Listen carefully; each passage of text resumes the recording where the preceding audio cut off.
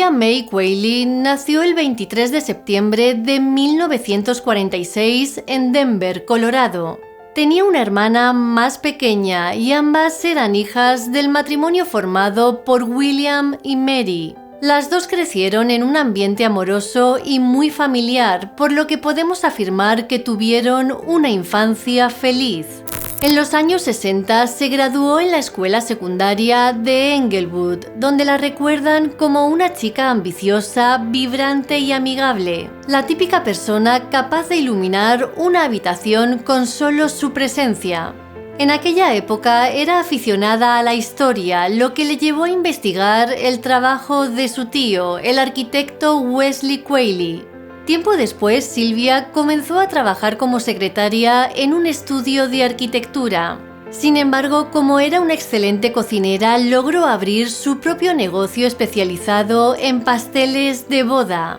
En su tiempo libre acudía a clases de cerámica con su hermana, a la que quería mucho, al igual que a sus padres. Estaba tan unida a ellos que cuando se fue a vivir por su cuenta se trasladó a una casa que estaba a tan solo unos metros de distancia. A partir de ese momento establecieron una rutina que consistía en tomar café juntos todas las mañanas. Pero lamentablemente una de esas mañanas no fue como esperaban, porque alguien acabó con la vida de Sylvia de manera brutal.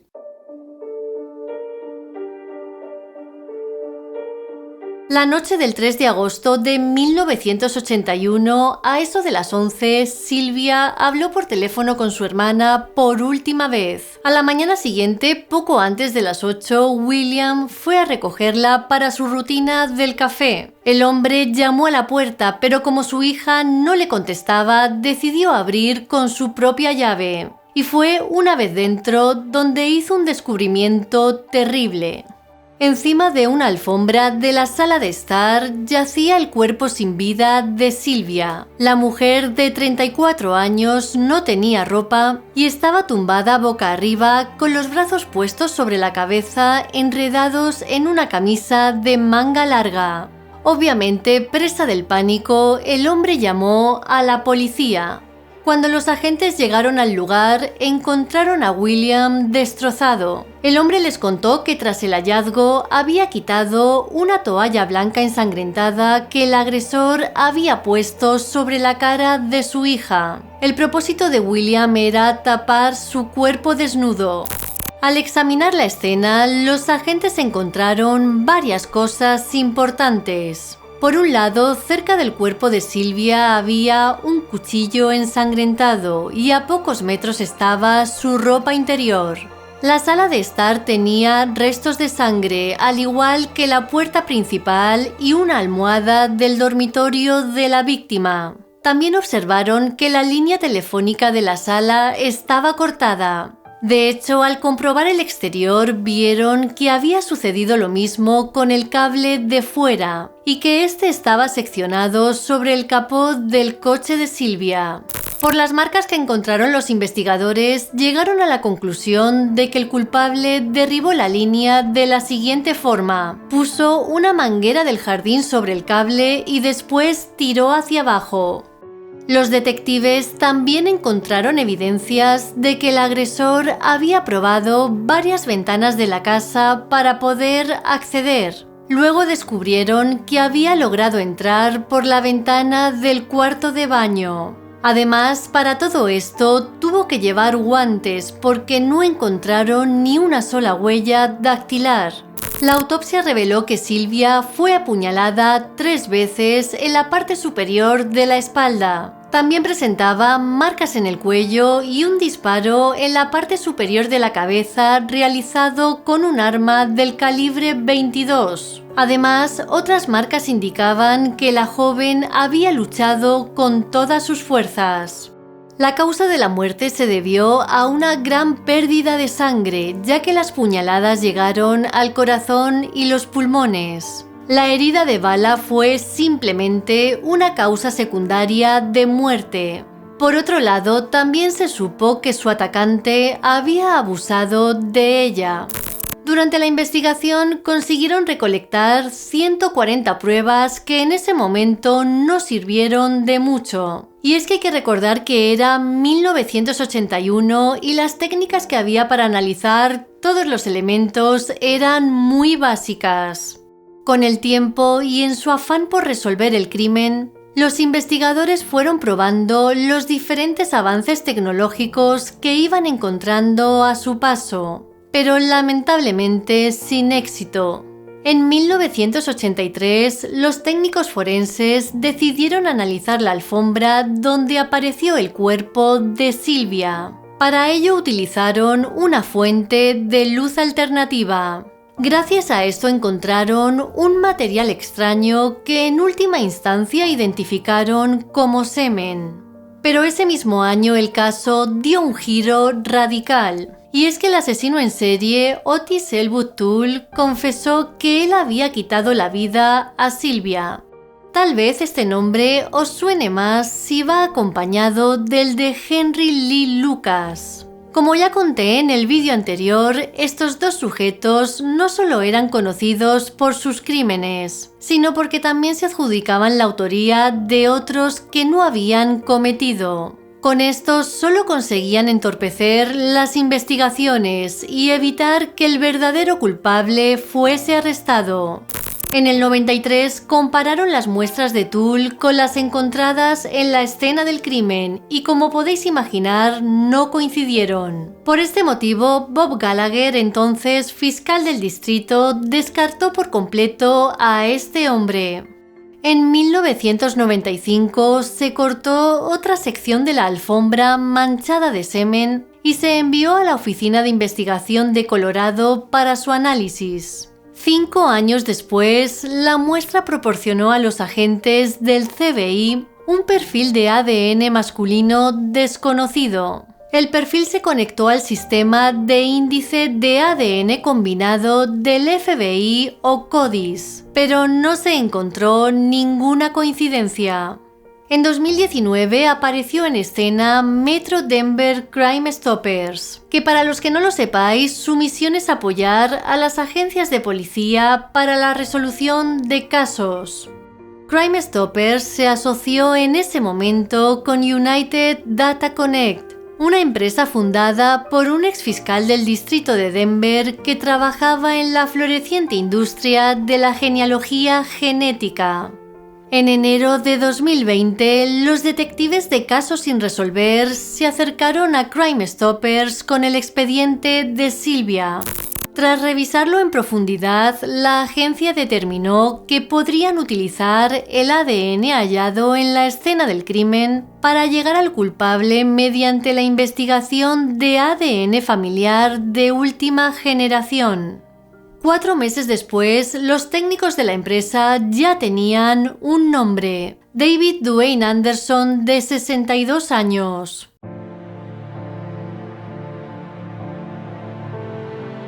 Los detectives comenzaron a investigar a Anderson y hay que decir que descubrieron datos bastante interesantes. Para empezar, en el momento de los hechos tenía 22 años y vivía a unos 3 kilómetros de Englewood.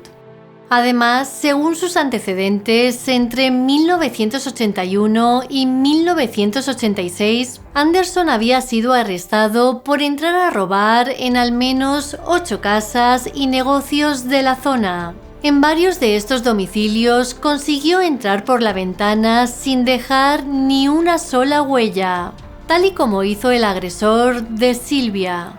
Con todo esto, los investigadores de casos sin resolver, junto al propio investigador de United Data, Robert Fuller, viajaron hasta Cozad, la ciudad de Nebraska donde residía Anderson. Su misión era clara: tenían que recolectar en secreto el ADN del hombre.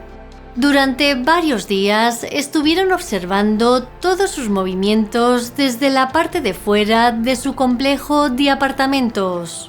El 18 de enero de 2021, Fuller recuperó 2 bolsas de basura que Anderson había arrojado a un contenedor.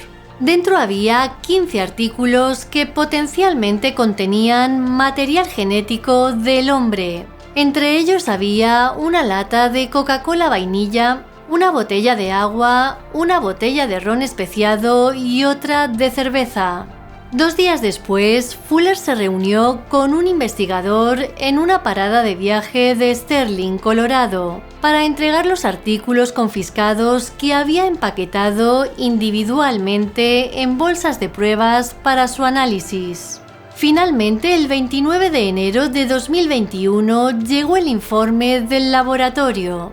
El ADN encontrado en la lata de Coca-Cola coincidía con múltiples pruebas recuperadas del cuerpo y la residencia de Sylvia Quayle. Por ejemplo, el semen encontrado en la alfombra coincidía, al igual que el encontrado en el cuerpo de la mujer y en la toalla blanca que el padre le retiró de la cara. El 10 de febrero, Anderson fue arrestado y acusado de asesinato en primer grado. Todo indica que será procesado según las leyes vigentes en 1981, que es cuando ocurrieron los hechos. Eso significa que si es declarado culpable, sería sentenciado a cadena perpetua, pero con la posibilidad de libertad condicional después de 20 años. Las leyes actuales, por ejemplo, no permiten la libertad condicional. Michelle Tobrea, jefa de la policía, declaró que el arresto tardó mucho en llegar, pero aún así está contenta de haber podido dar una solución a este caso. Me enorgullece poder decirle a la hermana y al cuñado de Sylvia que los hombres y mujeres de nuestro departamento han anticipado la oportunidad de hacer este anuncio durante casi 40 años. Lamentablemente, los padres de Sylvia no vivieron lo suficiente para saber quién le quitó la vida a su hija. William falleció en 1999 y su esposa le siguió 10 años después.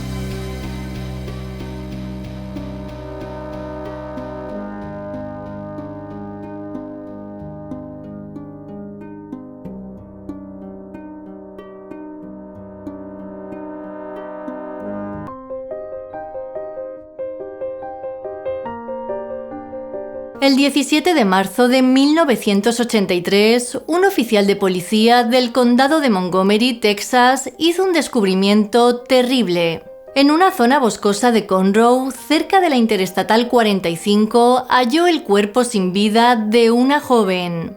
A simple vista pudo observar que presentaba quemaduras severas, lo que le llevó a pensar que el culpable había intentado quemar a la víctima para eliminar pruebas. La autopsia reveló que la mujer, a la que no consiguieron identificar en ese momento, había fallecido por asfixia mecánica. Además, su atacante había abusado de ella. En su cuerpo encontraron varias muestras de ADN, pero en aquella época las técnicas que existían eran tan básicas que no pudieron identificar al culpable.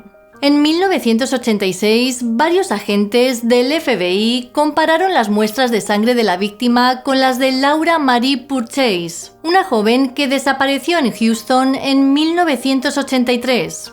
Laura fue vista por última vez el 5 de marzo de ese mismo año. Según la investigación, la joven era la pareja de un hombre apodado Howie, quien tocaba en una banda musical llamada Malibu. Finalmente, los análisis fueron concluyentes. El cuerpo que encontraron pertenecía a Laura Marie Purchase. Uno de los motivos por los cuales el crimen estuvo 38 años impune fue por la declaración del famoso asesino en serie tejano Henry Lee Lucas, quien en 1983 confesó desde la cárcel ser el culpable de la muerte de Laura. Henry Lee Lucas no solo era conocido por sus crímenes, sino porque se adjudicó la autoría de otros tantos que no cometió. Para que os hagáis una idea, confesó más de 100 crímenes de mujeres en los estados de Luisiana, Florida, Oklahoma y Virginia Occidental. En solo 3 de ellos pudo comprobarse debidamente su participación.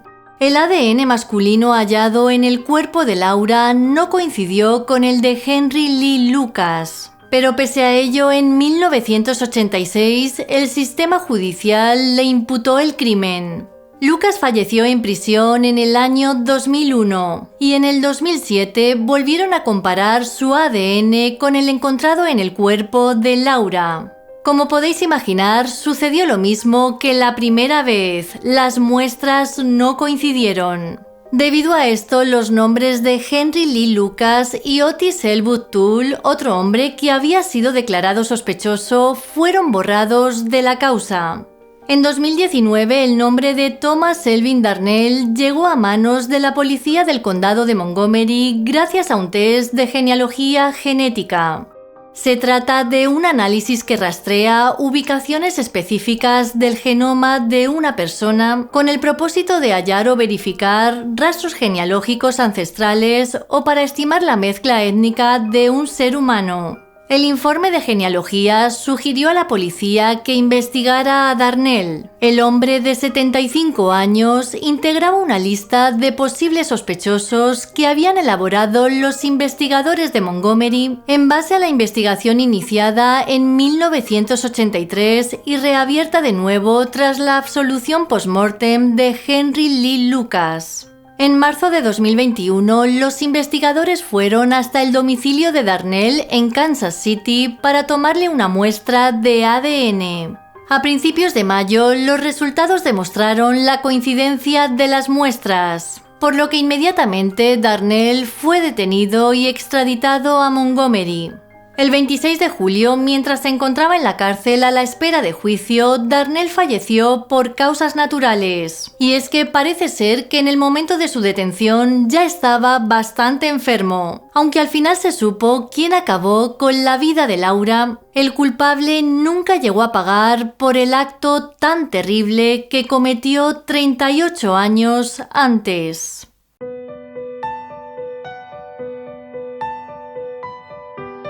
En 1994, Catherine Janeiro era una madre soltera de 20 años que residía en la ciudad de Barrie, Ontario, junto a su hija de 2. Aprovechando que la niña estaba pasando el fin de semana con los abuelos, la noche del 9 de octubre, la joven salió para tomar algo. Después continuó la fiesta en su casa con algunas personas que había conocido en un bar. Tal vez esto fue un error fatal.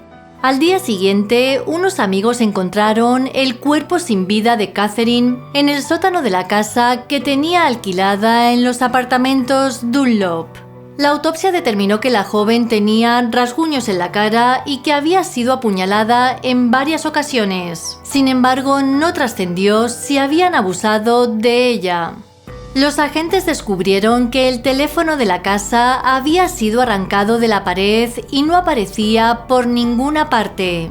La teoría era que el culpable se deshizo de él porque su número podría estar en el sistema de memoria. En marzo de 1995, y tan solo una semana después de que la policía anunciara que buscaba el teléfono, lo encontraron en un arroyo no lejos de la escena del crimen. Su memoria estaba intacta, pero aún así esto no llevó a los investigadores hasta el culpable. En 1999, y tras una investigación extensa, el caso fue entregado a la policía de Ontario. La intención era ver si con su tecnología podían aportar algo nuevo, pero lamentablemente esto no arrojó luz sobre quién podría ser el autor del crimen. En febrero de 2012, la investigación fue devuelta al servicio de policía de Barrie, quienes volvieron a repasar las declaraciones de los testigos y las pruebas físicas halladas en el lugar de los hechos. Por otro lado, también buscaron la opinión de expertos en varios campos científicos y de investigación, incluido el análisis de ADN y la mezcla de ADN tanto en Canadá como en Estados Unidos. Gracias a esto, pudieron eliminar a varias personas de interés en el caso y comenzaron a centrarse en individuos cercanos a Catherine. Good morning. My name is Sergeant Kevin Scales. I'm a detective here in the Barrie Police Homicide Unit. Today I'd like to provide you with an update on a historical investigation. The Barrie Police Service is pleased to announce that yesterday morning a 58-year-old Barrie man was arrested and has been charged with murder in the death of Catherine Janeiro. He's scheduled to appear via video today at the Ontario Court of Justice located in Barrie to be remanded into custody. En 2019 recibieron una pista que hizo que el 13 de enero de 2021 el caso diese un giro radical. Ese día, los investigadores de homicidios consiguieron arrestar a Robert Bruce McQueen, de 58 años, por el asesinato de Catherine Janeiro. Este hombre, también de Barrie, fue acusado de asesinato en primer grado y en la actualidad se encuentra en la cárcel a la espera de juicio. Según los agentes, Robert y Catherine se conocían, pero no quieren dar más detalles hasta que no finalice el juicio. Cuando el nombre de McQueen comenzó a circular en las redes sociales tras su arresto, pocas personas le reconocieron, ya que su alias era Bruce Ellis. Varios conocidos que no quisieron dar su nombre contaron a los medios de comunicación que McQueen o Ellis trabajaba de manera esporádica en la construcción, ya que salía y entraba continuamente de la cárcel. Dawn, la hija de Catherine, que tenía tan solo 2 años en el momento de su muerte, declaró lo siguiente: "Quiero agradecer a quienes nunca perdieron la esperanza de buscar al culpable. Ojalá mis abuelos Dinora y Fernando Janeiro estuvieran vivos para ver este día. El dolor es el sentimiento más familiar para mí. El cierre del caso de mi madre ayudará finalmente a traerme un poco de paz".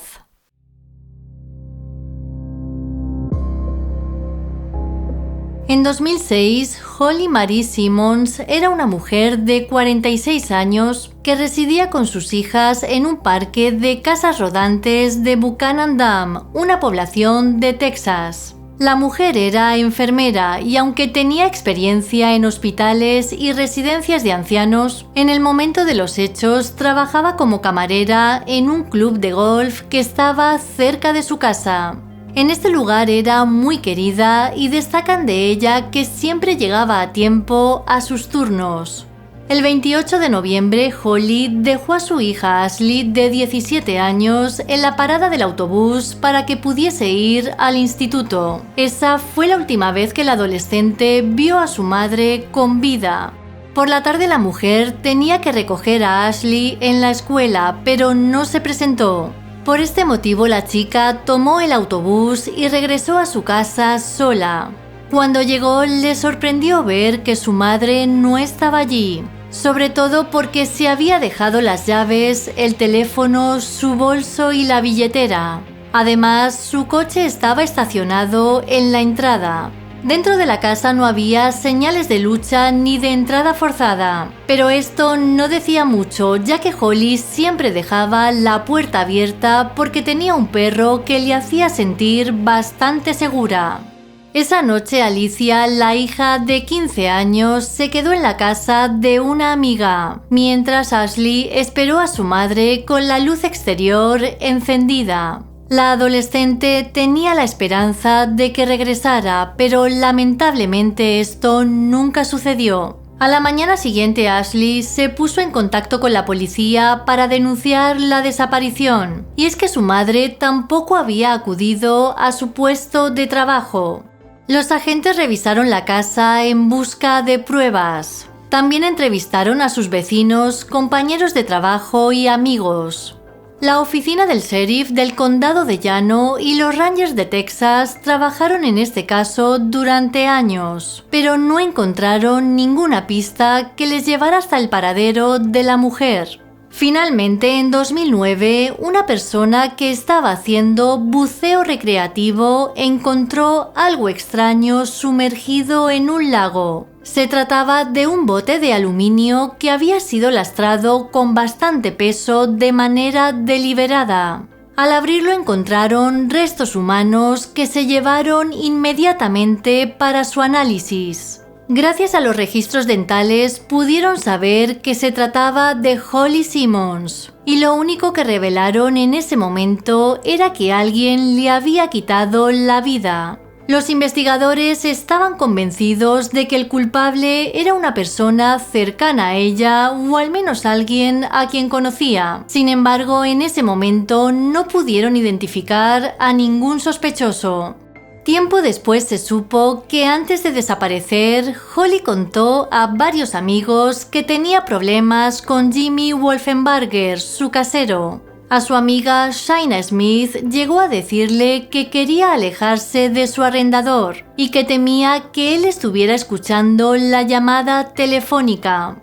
Este hombre no siempre fue el casero de Holly porque al principio eran muy buenos amigos. Luego él compró la casa rodante donde la mujer vivía de alquiler. Todo iba bien hasta que de repente el comportamiento de Jimmy comenzó a cambiar. De hecho, se convirtió en una presencia tan incómoda que ella y sus hijas le evitaban.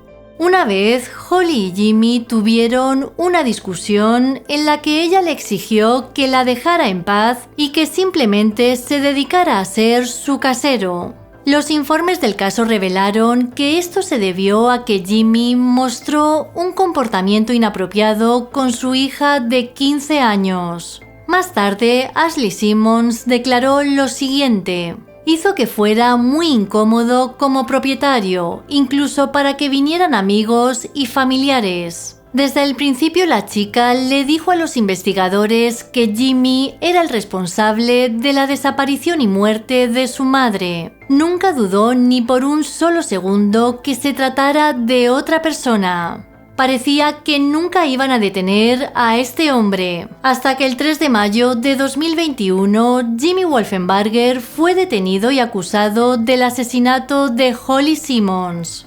Los agentes creen que Jimmy estranguló a la mujer en el remolque con una cuerda y que después se deshizo de su cuerpo en el lago. Además, están convencidos de que el hombre tuvo ayuda para trasladar el cuerpo. Después de su detención, Jimmy fue puesto en libertad tras pagar la fianza de $2 millones que le fijaron. Esta medida dejó atónitos a los investigadores del caso, ya que tras su puesta en libertad solo le confiscaron el pasaporte y no quedó claro si tenía abogado. Los hermanos de Holly contaron a los medios de comunicación que desde el principio sabían que Jimmy era el culpable. Lo que nos han dicho en los últimos 15 años es que él era el principal sospechoso, pero que no había pruebas suficientes. Ojalá no se escape y ojalá tengan un buen caso y se haga justicia para ella, sus hijas, sus nietos y el resto de la familia.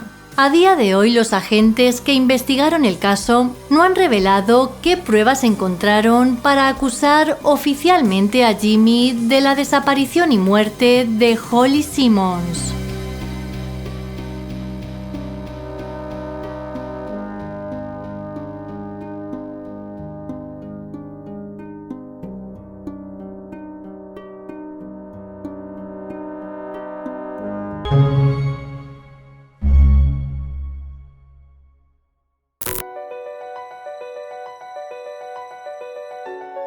En 1974, Lori Neeson, de 15 años, vivía con su madre y su hermana de 13 en Columbus, Ohio.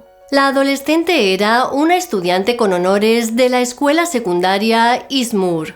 La noche del 27 de septiembre acudió al partido de fútbol americano que se jugaba en dicha escuela.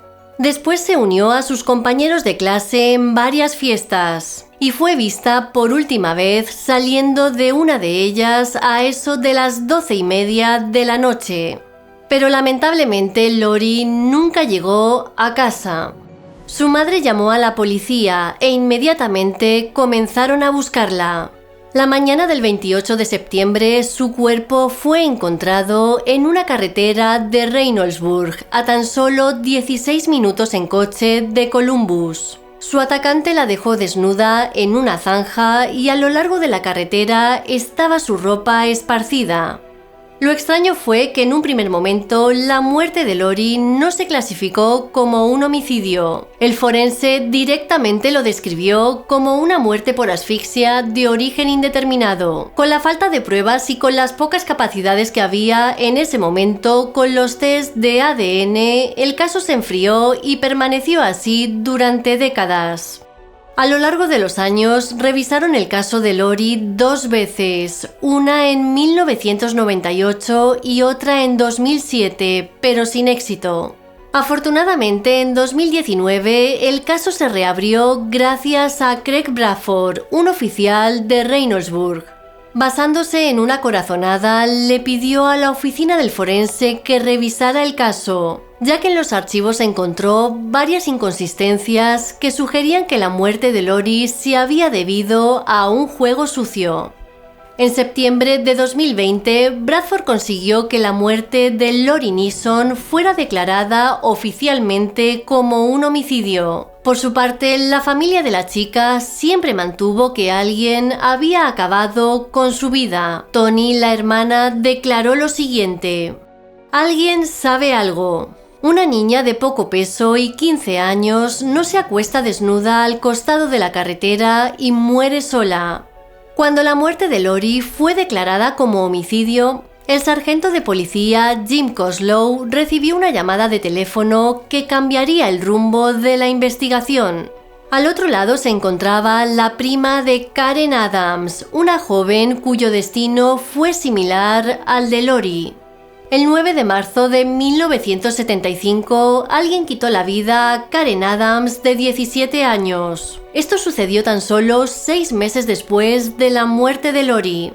La joven desapareció mientras iba caminando hacia la casa de una amiga.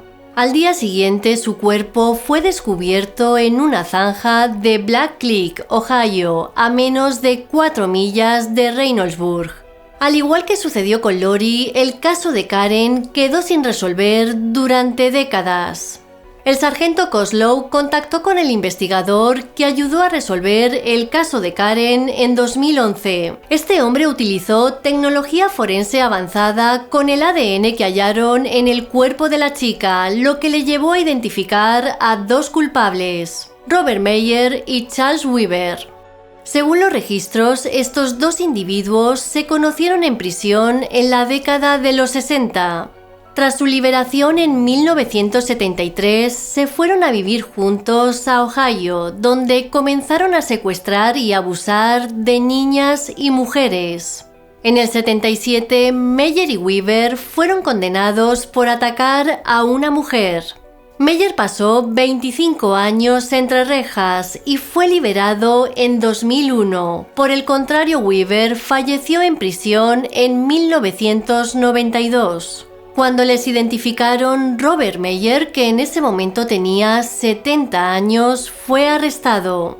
Este hombre al principio contó que nunca había visto a Karen y que no sabía por qué se encontró su ADN en el cuerpo, pero después terminó declarándose culpable.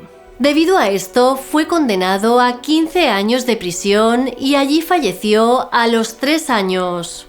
En la corte, el hermano de Karen se enfrentó al hombre que le había quitado la vida a su hermana. Te saliste con la tuya y ahí te sientas. Espero que te pudras en el infierno. Volviendo al caso de Lori, en marzo de 2021, los investigadores anunciaron su resolución. Basándose en el caso de Karen, pusieron el foco en Meyer y Weaver. La policía analizó de manera exhaustiva la ropa de Lori, donde hallaron varias muestras que fueron comparadas con las de Weaver. Con Meyer lo tenían más complicado porque llevaba mucho tiempo fallecido. Para ello, le pidieron a su hijo que colaborase aportando su propio ADN. Los análisis certificaron que las muestras encontradas en la ropa del adolescente coincidían con las de los 2 hombres. La policía de Reynoldsburg pidió a otras agencias policiales de Ohio que revisaran los casos sin resolver de 1974 a 1977. Tal vez Meyer y Weaver eran los culpables. En 1995, Mary Catherine Edwards era una maestra de 31 años que impartía clases en Beaumont, una ciudad de Texas donde además residía. Por aquel entonces, su hermana gemela también era profesora en el mismo colegio. A sus nuevos alumnos siempre les decía entre risas lo mismo: si ves a otra mía caminando por algún lado y no os habla, no os enfadéis. Probablemente sea mi hermana. Mary tenía un gran círculo de amigos, una familia muy unida y acababa de mudarse sola a su nueva casa. Sus compañeros cuentan que era una maestra muy entregada y que normalmente se quedaba hasta tarde en el colegio para preparar las clases del día siguiente. El 13 de enero a eso de las 5 de la tarde, Mary fue vista saliendo de la escuela. Según los informes, la mujer se fue a su casa, paseó a su perro como de costumbre y se sirvió una copa de vino antes de llamar por teléfono a su novio. Al día siguiente, sábado, Mary ya no respondía a las llamadas. Por este motivo, sus padres se acercaron hasta la casa para ver si estaba bien. Al subir las escaleras, su padre se encontró con una escena terrible, y es que en el baño estaba el cuerpo sin vida de su hija. La mujer tenía la cabeza metida en la bañera llena de agua, las piernas en el suelo y las manos atadas a la espalda. Al llegar al lugar, los agentes observaron que la cortina de la ducha había sido arrancada de su amarre, al igual que la ropa de cama de su dormitorio. El forense estableció la causa de la muerte por ahogamiento y que su atacante había abusado de ella. También encontró varias heridas que indicaban que se había producido una lucha violenta. Es verdad que encontraron ADN en el cuerpo y en la casa, pero en 1995 este tipo de técnicas no estaban muy avanzadas, así que no sirvió de mucho. Aún así guardaron todas las muestras por si podían utilizarlas en el futuro. Los detectives recurrieron a lo que entonces eran métodos de investigación más tradicionales, incluido el análisis de la vida de la víctima y de aquellos con quienes la compartió.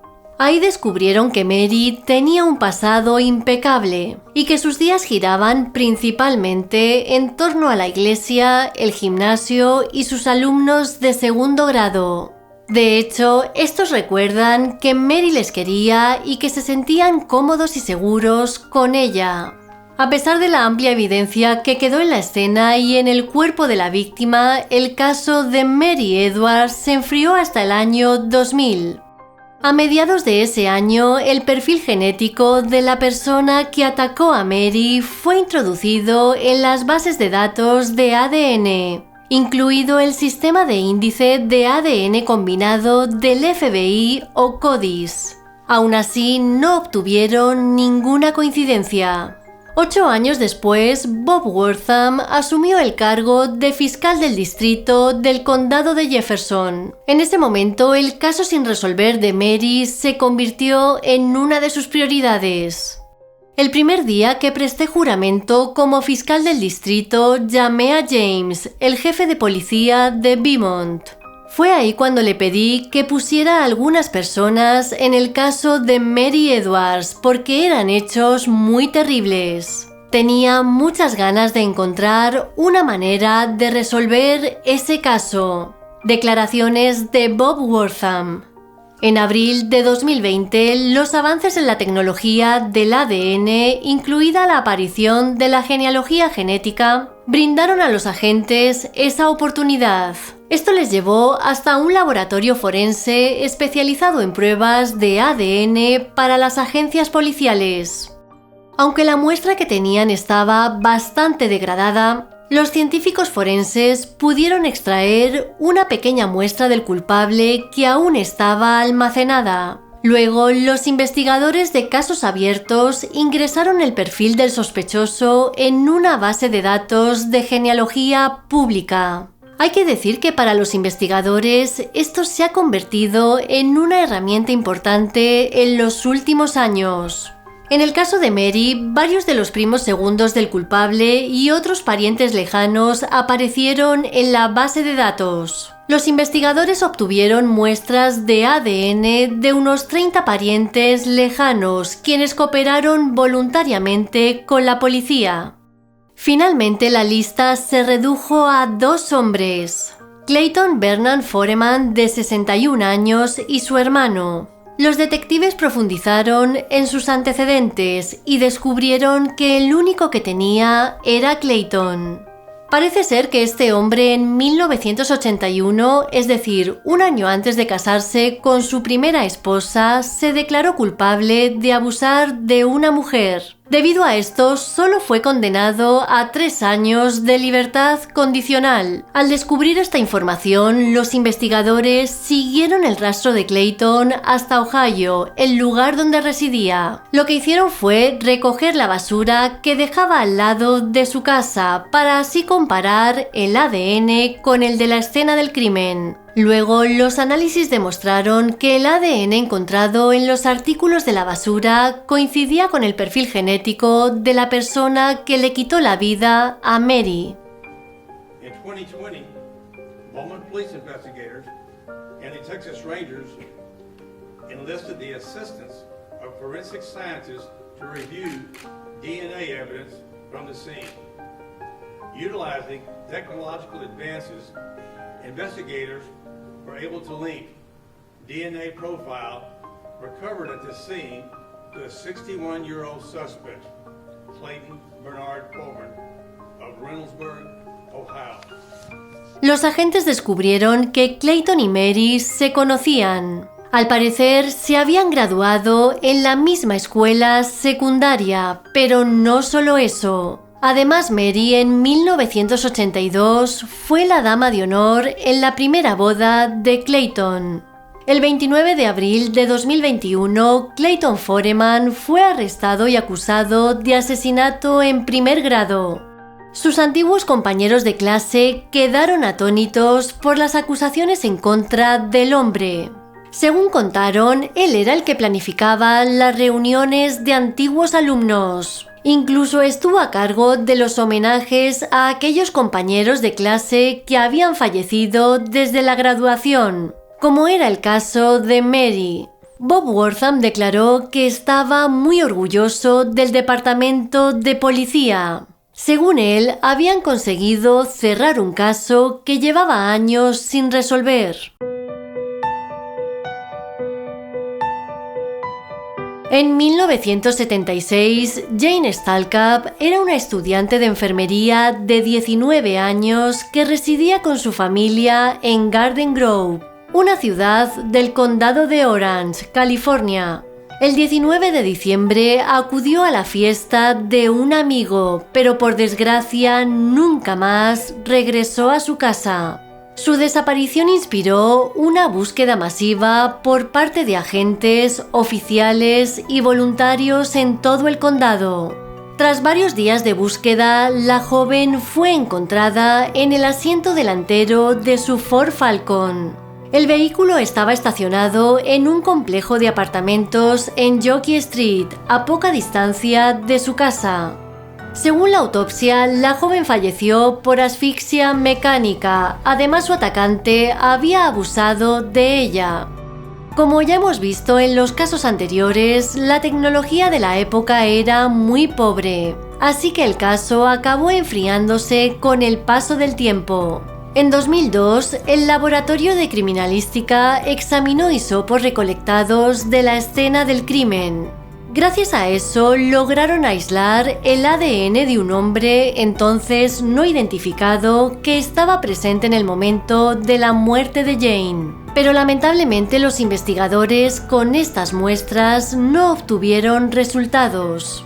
La policía de Garden Grove hizo repetidos intentos de vincular el ADN encontrado en la escena con un sospechoso, pero a lo largo de los años agotaron las numerosas pistas que tenían. Neil, la hermana de Jane, que tenía tan solo 15 años en el momento de los hechos, declaró lo siguiente: «He visto el archivo del detective sobre el caso y debe tener al menos 3 pulgadas de grosor. Hemos pasado por 3 generaciones de detectives en esta investigación». En 2020, los agentes de Garden Grove le pidieron a la oficina del fiscal del distrito que abriera una investigación de genealogía genética. Finalmente, el 14 de julio de 2021 anunciaron en una rueda de prensa el nombre del culpable. Gracias a los avances, consiguieron identificar a Terry Dean Hawkins como la persona responsable del abuso y asesinato de Jane. Hawkins falleció en 1977 a la edad de 23 años en una cárcel del condado de Orange. Según los informes, en el momento de los hechos, trabajaba como mecánico y vivía en Garden Grove. El hombre además tenía antecedentes de tráfico de sustancias, armas y exhibición indecente. Hawkins fue acusado pero nunca condenado del asesinato en 1975 de una mujer de 30 años. Al parecer ese caso fue desestimado sin más y nadie fue condenado. El 4 de julio de 1977, es decir, 7 meses después de la muerte de Jane, este sujeto fue arrestado por alteración del orden público. Al día siguiente murió en su celda por una sobredosis. Los agentes contaron que nadie de la familia conocía a este hombre, lo que les lleva a pensar que la muerte de Jane fue un acto de violencia al azar. Su teoría es que la noche de los hechos, la joven fue secuestrada cuando se estaba subiendo a su vehículo. Los agentes compartieron la resolución del caso con Neil, aunque les hubiese encantado comunicárselo también a su madre, pero ya había fallecido.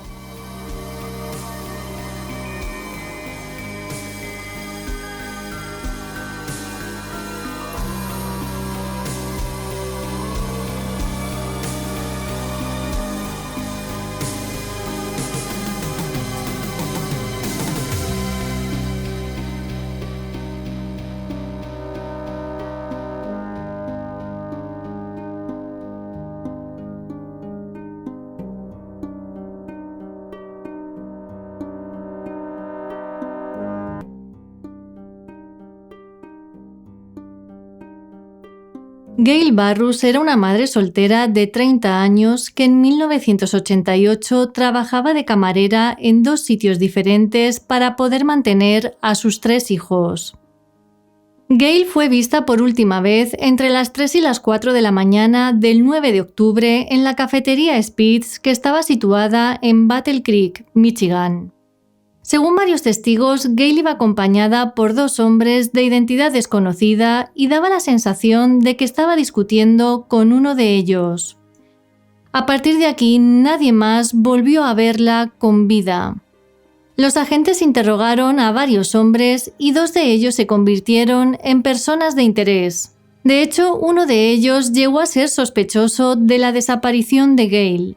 Este sospechoso se llamaba Roger Allen Plato y para los detectives era el hombre que estaba discutiendo con Gail la noche de su desaparición. La otra persona de interés era Richard Compton, amigo y compañero de piso de Plato. Sin embargo, el caso dio un giro radical cuando el 22 de octubre una mujer denunció que Plato la había secuestrado para abusar de ella. Cuando la policía fue a detenerle, Plato, de 24 años, se puso muy agresivo e intentó disparar a los agentes. Así que debido a esto, el hombre recibió varios impactos de bala que acabaron con su vida. El cuerpo de Plato fue incinerado, pero afortunadamente durante la autopsia le extrajeron una muestra de sangre que fue almacenada.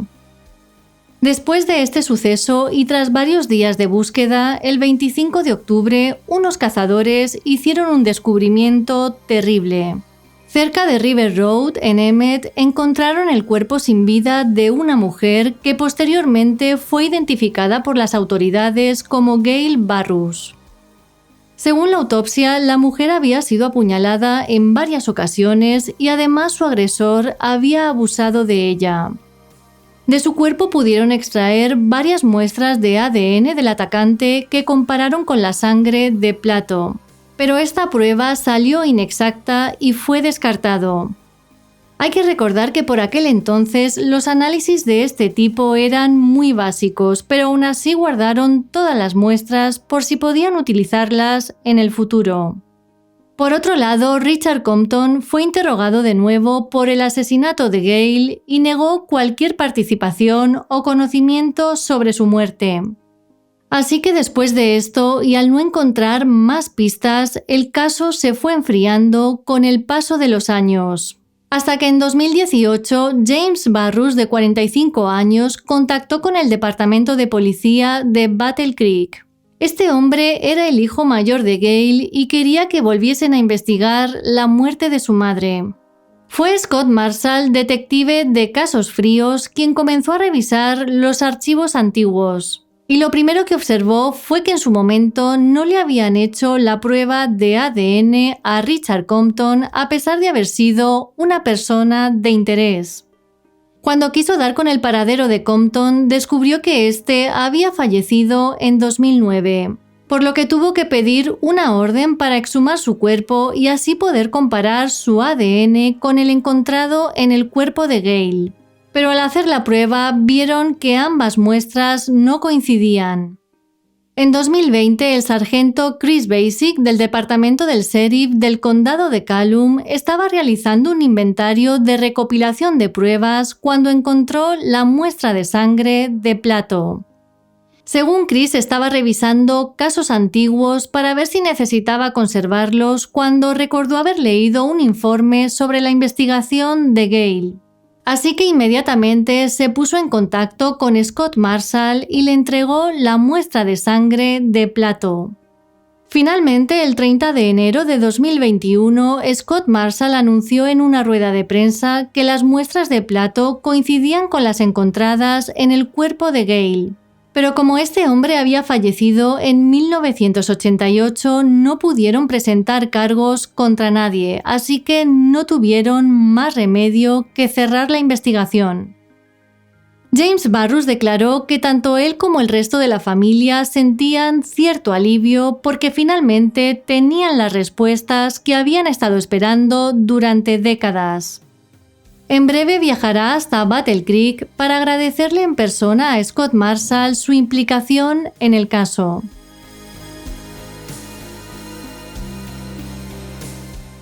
El 30 de mayo de 2004, Jessica Rose Keyworth, de 16 años y residente en Bridgeport, Connecticut, tomó un tren hasta Waterbury para visitar a unos amigos durante el Día de los Caídos. Se sabe que la joven llegó a Waterbury y una vez allí desapareció. Lamentablemente, el 1 de junio de 2004, su cuerpo fue encontrado en el hueco de la escalera de una casa multifamiliar abandonada en esa localidad. Según la autopsia, la joven había fallecido al ser privada de aire por otra persona. Durante años, mientras la familia de Jessica esperaba respuestas, los detectives estuvieron trabajando sin descanso en esta investigación hasta que finalmente, el 29 de enero de 2021, la policía arrestó a Willie Robinson, de 52 años. Un hombre que en el momento de los hechos ya contaba con un amplio historial de abusos. Fernando Españolo, jefe de la policía de Waterbury, dijo sentirse muy feliz por poder hacer justicia para la familia de la niña y añadió que todo esto fue gracias a la perseverancia de los detectives involucrados en el caso. Españolo no pudo dar más detalles porque todavía hay un juicio pendiente. Lo único que comentó fue que el arresto se produjo gracias al uso de la tecnología de ADN y de la ciencia forense. En la actualidad, Robinson está detenido bajo una fianza de $2 millones y espera la lectura de cargos en la corte.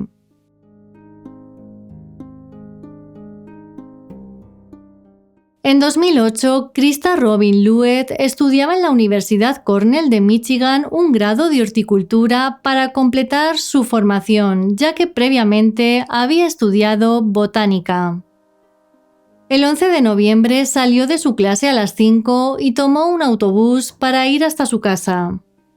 Cuando llegó, estuvo hablando con una amiga que vivía en el apartamento de abajo. Según esta chica, Krista le comentó ese día que iba a aceptar un trabajo como camarera porque había roto con su novio. Y es que al irse él de la casa, ella tenía que hacerse cargo de su parte, por lo que estaría más apurada de dinero. Después de hablar con su amiga, salió de casa a las 6:30 y nadie más volvió a verla. Al no saber nada de ella, la familia de Krista empezó a preocuparse, así que decidieron avisar a la policía para denunciar su desaparición. Los agentes fueron hasta la casa de la joven y allí descubrieron que Krista había cerrado la puerta y había dejado a su gato solo. Además, las luces estaban encendidas y tenía comida en una olla. Parecía como si se hubiese ido de la casa, pero con la intención de regresar enseguida. Sus seres queridos la describieron como una mujer confiable y responsable que nunca habría abandonado a su mascota ni se habría ido sin previo aviso. La amiga que la vio el día de su desaparición contó a la policía que cuando habló con ella no vio nada fuera de lo normal en su comportamiento. Además añadió que tampoco había oído nada extraño en su casa. Los investigadores inmediatamente centraron su atención en el exnovio de Krista, un hombre llamado Brad Cornualla. La pareja empezó a salir a principios de 2008 y enseguida se fueron a vivir juntos, pero rompieron a los pocos meses. Tras la ruptura, Krista le comentó a su padre que Cornualla la perseguía y la llamaba constantemente, incluso cuando ella ya le había dicho que la dejase en paz. Curiosamente, tal y como muestran los registros, Cornualla fue la última persona que llamó a Krista por teléfono. Además, investigando el teléfono del hombre, pudieron averiguar que éste le situaba muy cerca de la casa de su exnovia esa noche. Por otro lado, descubrieron que tenía varios antecedentes. Y es que en 1986, con tan solo 18 años, entró en una casa y abusó de una mujer. Debido a esto, fue sentenciado a pasar entre 10 y 15 años en prisión. En el año 2000 fue liberado y volvió a delinquir. En esta ocasión abusó de otra mujer y estuvo en prisión 8 años. En 2007 salió en libertad condicional y poco después conoció a Krista. Es importante mencionar que durante la investigación, un ayudante del alguacil recordó que la noche en la que Krista desapareció, ayudó a Cornualla cuando su camión se averió en la carretera US 127. Meses después, muy cerca de esta carretera, los investigadores encontraron el teléfono móvil y la licencia de conducir de Krista. Debido a todo esto, en 2009 la desaparición de la joven fue catalogada por la policía como un homicidio. Cornualla fue interrogado en varias ocasiones y en 2014 fue declarado principal sospechoso en el presunto asesinato de Krista. Los investigadores tenían la teoría de que este hombre recogió a Krista en su casa, la llevó a una zona apartada donde discutieron y allí le quitó la vida. Pero a pesar de esta hipótesis, no tenían suficientes pruebas para acusarle, entre otras cosas porque el cuerpo de la joven no había aparecido. Así que el caso acabó enfriándose. Sin embargo, en 2021, Cornualla fue acusado oficialmente por el presunto asesinato de Krista. Todavía no se sabe qué les ha llevado a los detectives a hacer esto o qué pruebas nuevas han encontrado. Lo único que se sabe es que han conseguido acusar a este hombre de 53 años. Durante una rueda de prensa, los agentes declararon que todos los datos sobre este caso se conocerán durante el juicio. De todas formas, Cornualla ya estaba entre rejas porque en 2017 fue condenado a pasar entre 17 y 40 años en prisión por tráfico de menores. En este caso, la fiscalía dijo que no tenía casi ningún potencial de rehabilitación, algo que posteriormente ratificó el juez. Cornualla hasta día de hoy mantiene que él no es el culpable de la desaparición o muerte de su exnovia. Los familiares de Krista sienten cierto alivio con la acusación de Cornualla y esperan que sea declarado culpable para que no salga nunca de prisión.